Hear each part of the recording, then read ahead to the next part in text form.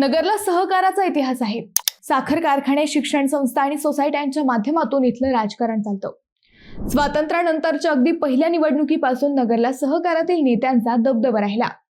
जे नेते समाजकारणातून राजकारणात आले त्यातील अनेकांनीही पुढे सहकाराचाच हात धरला। साधारण 2000 सालच्या नंतर सहकारातील याच नेत्यांची दुसरी पिढी राजकारणात आली। परंतु त्यानंतर 2014ला भाजपनं देशातील राजकारणाचे संदर्भ बदलले आणि सामान्यांनाही राजकारणाचा ओढा लागला। राजकीय पटावर सुरुवातीला प्रत्येकालाच राजा होऊन राजकीय सारीपट चालवण्याची इच्छा होती, परंतु काळ बदलला आणि आता राजकारणातील वजीर होण्याची स्पर्धा सुरू झाली। सहकारातील नेत्यांची तिसरी पिढीही आता चर्चेत राहू लागली आहे। सोशल मीडियावर ऍक्टिव्ह दिसू लागली आहे, केलेल्या कामांचं प्रमोशन करू लागली आहे। सोशल मीडियाचं महत्त्व वाढलंय तसं राजकारणही स्मार्ट होऊ लागलंय। कार्यकर्त्यांच्या गर्दीची जागा आता ऍक्टर, रिपोर्टर, कॅमेरामॅनने घेतली आहे। गेल्या 10 वर्षात नगरचं राजकारण झपाट्याने बदललंय। पारंपरिक वैरही कमी होऊ लागले। परिस्थितीप्रमाणे हातात हात आणि गळ्यात गळे घातले जाऊ लागलेत। विरोध हा वैयक्तिक किंवा वैचारिक नाही तर परिस्थितीवर ठरतोय। ह्यात पाहायला बरं वाटत असलं तरी त्यानं राजकारणाची विश्वासार्हता खरंच टिकेल का हा प्रश्न आहे। सकाळी एकमेकांना शिव्या देणारे नेते सायंकाळी एकात एक मुंडके घालून फोटो सेशन करतात। कार्यकर्ते मात्र सकाळचा राग डोक्यात धरून केलेल्या मारामारीमुळे रात्री जेलमध्ये असतात। 2029ला नगर जिल्हा राजकारणाच्या बाबतीत अजून जास्त तरुण होईल अशी स्थिती सध्या दिसतेय। मंत्री राधाकृष्ण विखे पाटील सोडले तर जिल्ह्यात एकही 50च्या पुढे आमदार दिसणार नाही असं गणित मांडलं जात आहे। राजकारणात नेमकं काय व कसं बदललंय हेच आपण या व्हिडिओतून पाहणार आहोत।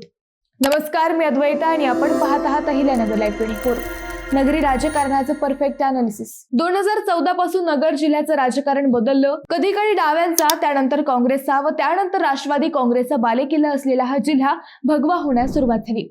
त्यावेळी भगव्या लाटेत कोपरगावातून स्नेहलता कोल्हे, नेवाशातून बाळासाहेब मुरकुटे, पाथर्डीतून मोनिका राजळे, अकोल्यातून वैभव पिचड, राहुरीतून शिवाजीराव कर्डिले हे नेते निवडून आले। शिवाजी कर्डिले वगळता अनेकांची ही पहिलीच टर्म होती। नरेंद्र मोदींनी राहुरीत घेतलेली प्रचार सभा अनेक नेत्यांच्या विजयास कारणीभूत ठरली। त्यानंतर 2019च्या निवडणुकीपूर्वी काँग्रेसमधील दिग्गज असलेले विखे कुटुंब भाजपमध्ये दाखल झाले। भगवी लाट असली तरी परंपरागत राजकारण्यांनी आपापले गड शाबूत ठेवले। त्यानंतर 2024च्या निवडणुकीत विचार, तत्व, बस्तान गुंडाळून अनेक नेत्यांनी खुर्चीसाठी कोलांट्या उड्या मारल्या। विधानसभेपूर्वी लोकसभा निवडणूक झाली आणि त्यात नगर दक्षिणेत डॉक्टर सुजय विखे यांचा पराभव झाला। या पराभवानंतर मात्र राजकारण 360 अंशात बदललं। सोशल मीडियाची ताकद या निवडणुकीत दाखवून दिली। शिवाय तत्व व निष्ठा यापेक्षा वेळेची गरज अधोरेखित झाली। जिरवाजिरवी, परतफेड, खुन्नस हे शब्द चर्चेत आले। पक्षापेक्षा गरजेचं राजकारण महत्वाचं झालं। जिंकण्यासाठी काहीही करण्याची तयारी येथूनच सुरू झाली। महायुती व महाविकास आघाडीत 3 पक्ष असल्यानं तोडफोड जास्त रंगली। इकडचा नेता तिकडं आणि तिकडचा नेता इकडं असं सगळं सुरू झालं। विकासाच्या मुद्द्यांऐवजी संख्याबळाच्या मुद्द्यावर निवडणूक फिरू लागली। 90च्या दशकात जिल्ह्यात बाळासाहेब विखेंचा जिल्ह्यावर प्रभाव होता, तरीही सहकार सम्राट आपापला गड शाबूत ठेवत होते। कधी विखेंशी जुळवून तर कधी शरद पवारांशी जुळवून राजकारण केलं जात होतं। परंतु 2024 नंतर नगरचं राजकारण पूर्णतः विखे कुटुंबाच्या अधिपत्याखाली आलं। विखेंना साथ दिली तर भाजपच्या राज्य नेतृत्वानं। विखेंशी सुरुवातीला ज्यांचं पटत नव्हतं त्या भाजपातील नेत्यांनीही 2024 नंतर विखेंशी जुळवून घेतलं। अर्थात विखेंनीही फक्त बेरजेच्या राजकारणालाच महत्त्व दिलं हा अर्थही काढता येतो। त्यात सभापती राम शिंदे, कोपरगावचे विवेक कोल्हे हे नेते विखेंसोबत भाजपच्या झेंड्याखाली एकत्र आले।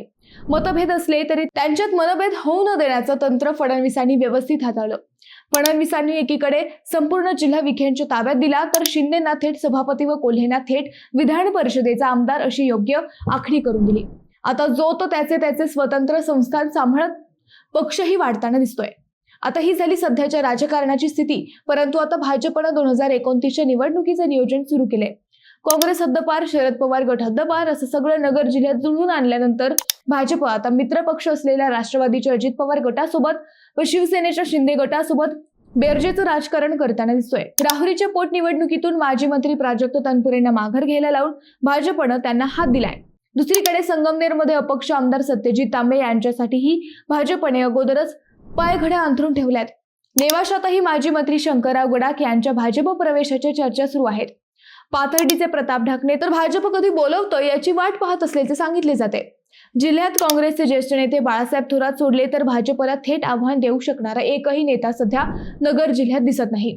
उद्या जर थोरातही महायुतीचे जवळ गेले तर मग मात्र पुढचे 10-15 वर्षे नगर जिल्ह्यात भाजपला आव्हाने देणारा प्रबळ नेता तयार होऊ शकणार नाही. 2029 निवडणुकीचा अंदाज घेतला तर श्रीगोंद्यात पाचपुते जगताप, पाथर्डीत राजळे ढाकणे, शेवगावात घुले, नेवाशात लंघे गडाख, कोपरगावात काळे कोल्हे, अकोल्यात लहामटे पिचड, पारनेरमध्ये दाते झावरे, औटी, नगरमध्ये जगताप, राहुरीत कर्डिले तनपुरे, संगमनेरमध्ये खताळ तांबे असे सगळेच युवा नेते तयारीत असतील.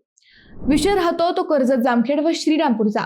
सभापती राम शिंदेंचं प्रमोशन पाहता या दोन्ही तालुक्यात पुढच्या निवडणुकीत नवं नेतृत्व तयार करण्याच्या हालचाली भाजपकडून सुरू झाल्याच्या चर्चा आहेत. अक्षय कर्डिले यांनी युवा राजकारणाचा श्रीगणेशा केला.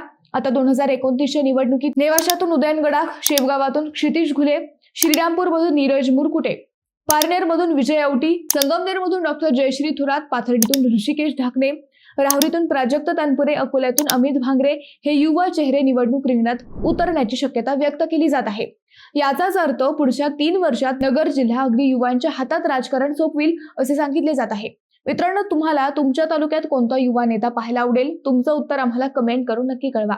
शिवाय व्हिडिओ आवडला असेल तर चॅनलला सबस्क्राईब करून व्हिडिओला लाईक करायला विसरू नका. पुन्हा भेटू नव्या विषयावर. तोपर्यंत धन्यवाद.